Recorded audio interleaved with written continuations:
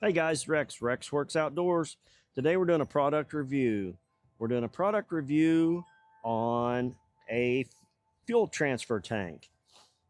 So I was in the market for a fuel transfer tank, one for gasoline, also one for diesel.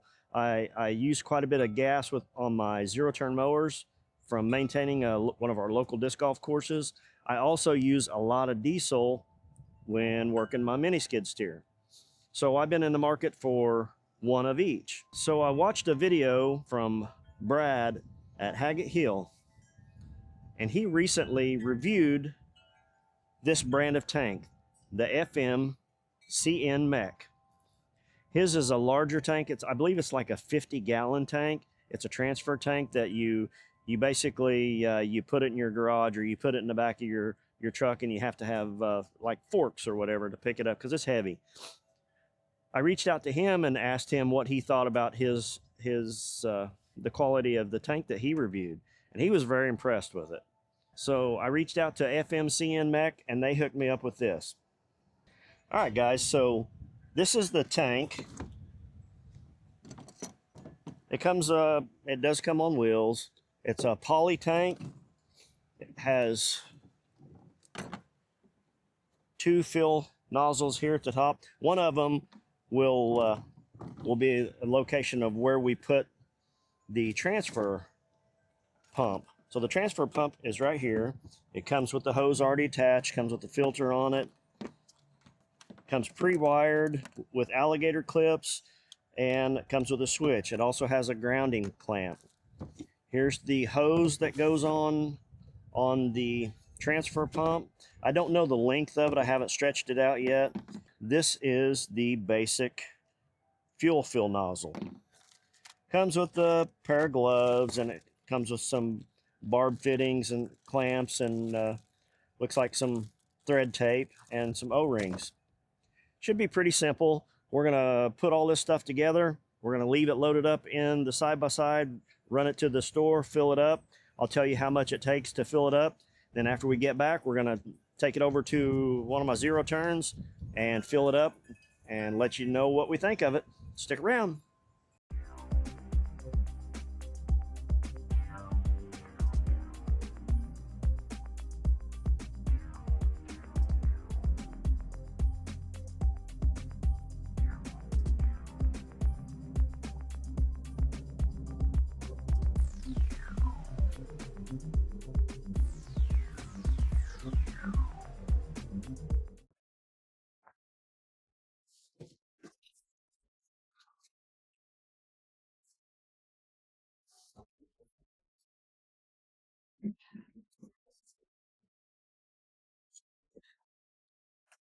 As far as I can tell so far, the assembly on this is going to be pretty easy. That's a really nice hose. It's got spring inside of it. It's got a filter on the bottom. Looks like stainless hose clamps.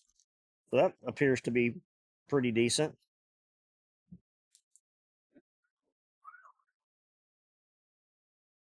This just screws on here.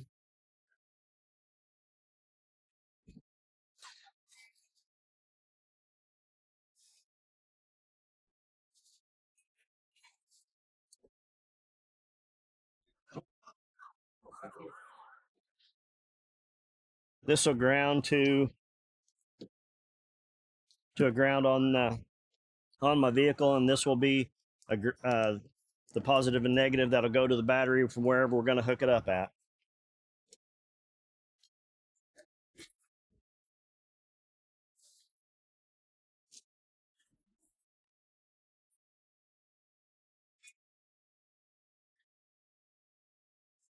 Comes with an instruction manual, which I probably don't need it. Probably should use it, but probably won't. We'll see what we wind up with here. I do have to go get a Phillips screwdriver. I brought a couple crescents to put this together.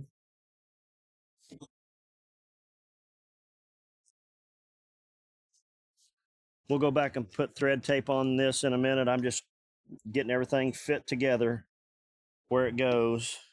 Okay, pretty self-explanatory. All right, guys, this does come with thread tape. but I kind of prefer using the Blue Monster.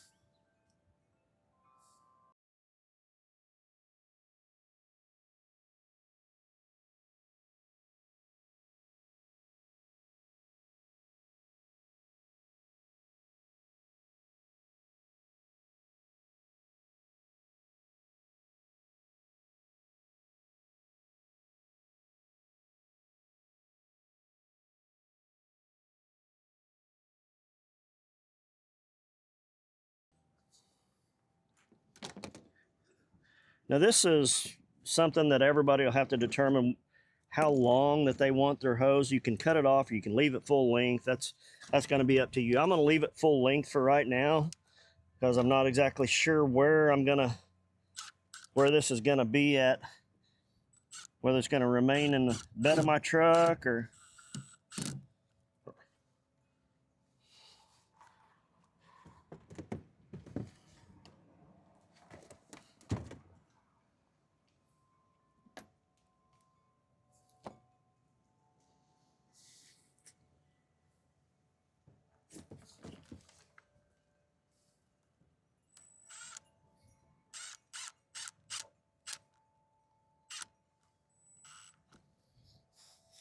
wow, that's it. Literally, it took me less than 5 minutes to put all this together. Now it's just a matter of taking it, filling it up, and testing it. Stick around. All right, guys, so whenever I was picking everything up, I found an O-ring. And I broke out the instruction manual, and I don't see it referencing an O-ring anywhere. It doesn't even reference an O-ring on here. And in the diagram, it doesn't show an O-ring. It shows a hose clamp and a barb fitting and the nozzle. But whenever I screwed this on my fitting a while ago, it just felt like it bottomed out and it didn't feel correct. And I realized it should have an O-ring on it. So that I put that O-ring on here along with the Blue Monster thread tape. And let's see what she feels like now. Oh yeah, I can feel it. I can feel it biting down now. Yep. All right, that's where the O-ring goes. Even though the instruction manual doesn't show it, that's where it goes. All right, guys. So I'm heading to the convenience store to get some fuel. Some of you guys might wonder, but in my town, we can tag our side-by-sides and we can drive around town. I cannot drive down the highways, but I can cross over them. And I live in a small town, so that makes it really nice. I can cruise around all over town, go just about anywhere I want to, and save on fuel. Oh, I have to go to the police department.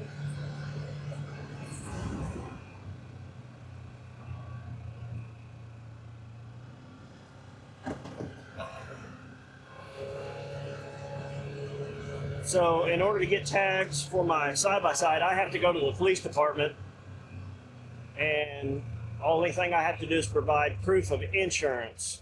I had to get full coverage insurance on it, which I had on it anyway. So it's pretty simple, very convenient.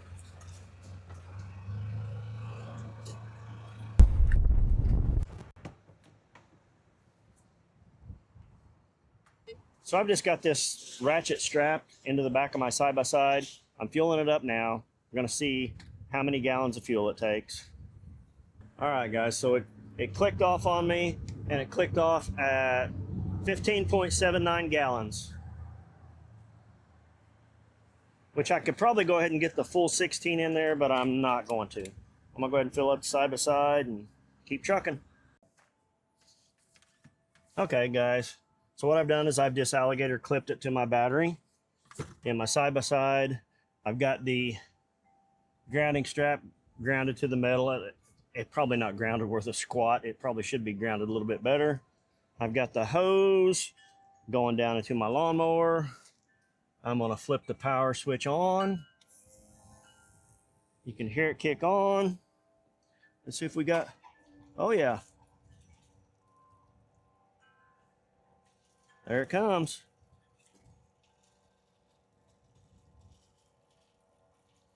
Unfortunately, I don't need a whole lot of fuel in my mower right now, but okay, I let go of the lever and it stopped.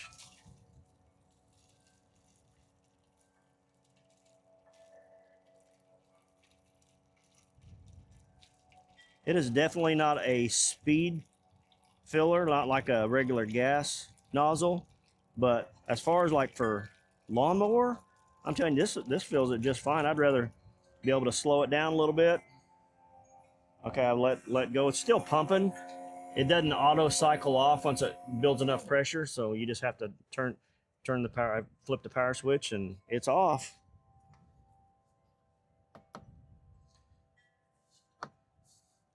I'm sure there's probably something I need to.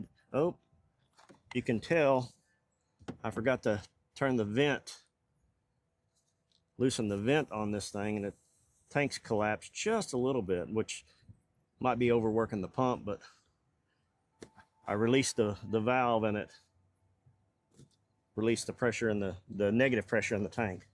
That's my own ignorance, not knowing what I'm doing. So guys, I will tell you, I'm pleasantly pleased with this little thing so far. If you guys are in the market for a fuel transfer tank, this is, it was right at 16 gallons. I'm pretty sure I could have got a full 16 gallons in it. When I stopped at just below the neck, it was 15.79. And this thing was under $150 with the pump, just the way it come. I looked at some other ones that were about $150 and it was gravity fed. So I think for the money, this thing is well worth it. It's got quality, you know, I say quality, I mean, it definitely works. There's no leaks. There's nothing, no leaks or drips or nothing coming from anywhere. It might be a little bit heavy getting it out of my side-by-side, but hey, it is what it is. So if you guys are interested in a transfer tank like this, I'm going to put an Amazon link in the description. Check them out. So this has been Rex with Rex Wurx Outdoors. If you liked the video and you want to see more videos like this, I'm going to put links in the corner to check out some more of my videos. And I appreciate you if you'd give me a thumbs up, give me a like, give me a subscribe, leave a comment. And also, if you would, check out Haggett Hill. I'll put a link to his YouTube in the description also. Brad is a good guy and he's very knowledgeable. Go check out his YouTube channel. Thanks for watching. Oh, grandsons, Pop Q loves you. I'll see you on the next one.